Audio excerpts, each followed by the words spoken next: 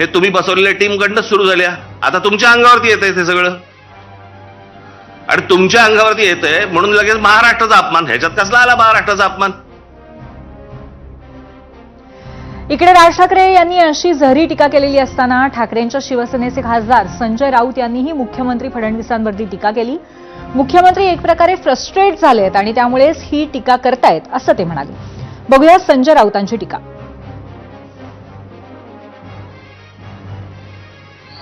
Mister Fadnavis यांना वैफल्य आलंय, frustration आले, निराश आहे, ते गोंधळलेले आहे आणि त्याच्यामुळे जितके दिवस आपण या महाराष्ट्रात मुख्यमंत्रीपदी राहतोय तितके दिवस ते फावडे घेऊन बसलेले आहेत. बस पैसे काढायचे ठेकेदारांकडून.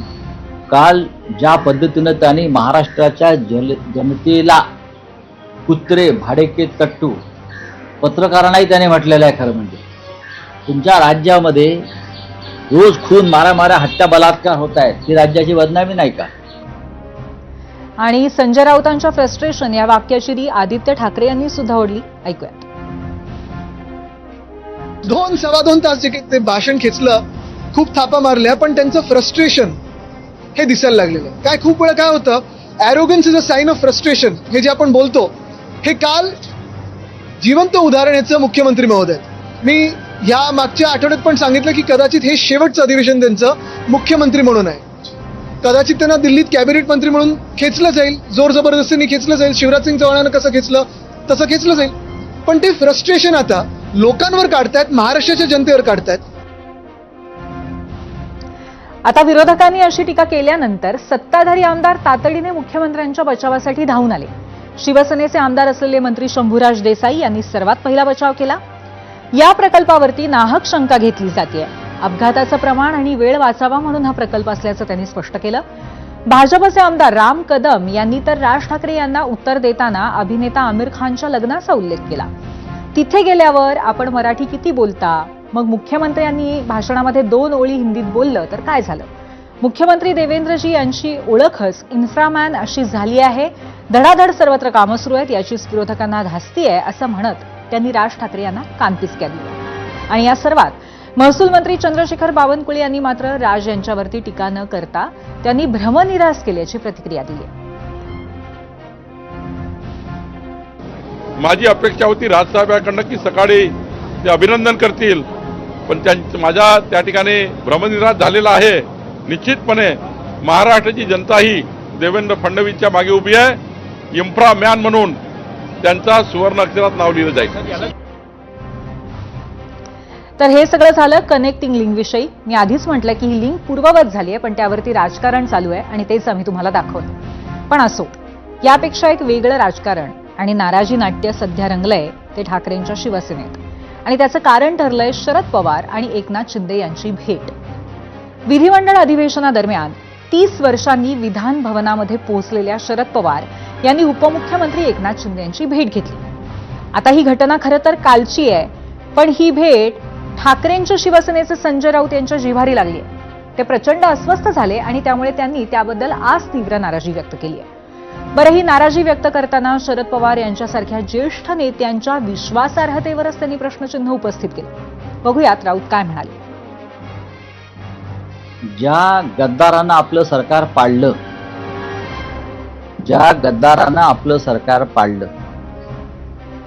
त्या गद्दाराच्या छताखाली जाऊन अशा प्रकारच्या बैठका घेणं, ह्याच्यामुळे मोठ्या नेत्याची विश्वासार्हता ही कमी होते आणि घसरते.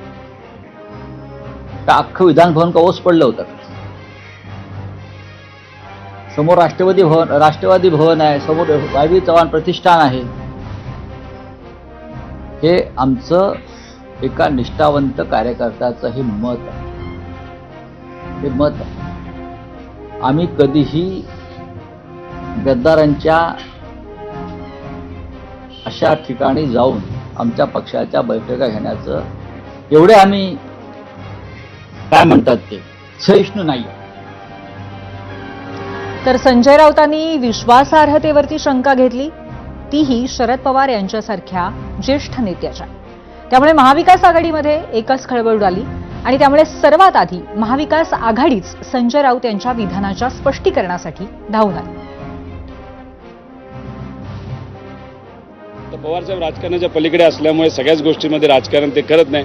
गेले असतील त्यात वेगळं काय. विधिमंडळ हे सगळ्यांचं असतं आणि तिथं एखादा मोठा नेता जो माजी मुख्यमंत्री राहिलेला आहे आणि आता उपमुख्यमंत्री आहे त्यांनी जर विनंती केली तर पवारसाहेब असे व्यक्तिमत्व आहे की ते तिथं त्या गोष्टी मान्य करून मग तिथं चहा पाणी करण्यासाठी तिथे गेले असतील. त्यामुळे त्याला राजकीय भूमिका कोणी समजत असेल तर ते योग्य नहीं. हमारे से बैठक की ना उन्होंने, मैं था, जयंत पाटिल थे और 2-3 लोग थे. हम लोग से हंसी मजाक करके वो कुछ बातें बता रहे थे.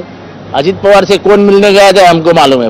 कृपया हमको मत याद दिलाए कि कौन गया था पहली बार उनको मिलने के लिए. शरद पवार आणि एकनाथ शिंदे साहेब अगर भेटले असतील आणि त्यांच्या काही, कारण की ते राज्याचे उपमुख्यमंत्री आहेत, त्यांच्याकडे काही काम असेल तर भेटणं म्हणजे चुकीचं होतं असं मला वाटत नाही. आमचे वैचारिक मतभेद असले तरी कोणी कोणाला भेटायचंच नाही, कोणाकोणाला हेच करा असं काही नको. पण आता काय की एकनाथ शिंदे ही युबीटीची दुखती नस आहे, त्यांना ते फार सेन्सिटिव्ह विषय आहे. त्यामुळे जे राऊत बोलले ते त्यांना मी समजू शकतो का बोलले ते. शरद पवार खूप ज्येष्ठ नेते आहेत, त्यांच्यावर काही असा आक्षेप घेणं मला वाटत नाही योग्य आहे. त्यामुळे पवार आणि शिंदे यांची भेट काल झाली, पण आज राज्याच्या राजकारणामध्ये चर्चा प्रचंड झाली आणि शेवटी या भेटीवरती स्वतः एकनाथ शिंदेंनी संध्याकाळी निवेदनाद्वारे भाष्य केलंय. ते आपण ग्राफिक्सच्या माध्यमातून बघूयात. शरद पवार साहेब राज्याचे मोठे नेते आहेत, ते आमच्या दालनात आले म्हणून त्यांचं स्वागत करण्यासाठी मी तिथे गेलो. ही महाराष्ट्राची राजकीय संस्कृती आहे, ती आम्ही जपतोय. आता यामुळे ज्यांच्या कुणाच्या पोटात दुखत असेल, मानसिक स्वास्थ्य बिघडलं असेल, त्यांच्यासाठी आम्ही मुंबई आणि ठाण्यात अनेक ठिकाणी अनेक दवाखाने सुरू केलेत. तिथे जावं आणि उपचार करून घ्यावं ही एक प्रकारे कद्रूपणा झालाय. अशा लोकांकडे आम्ही दुर्लक्ष करतो.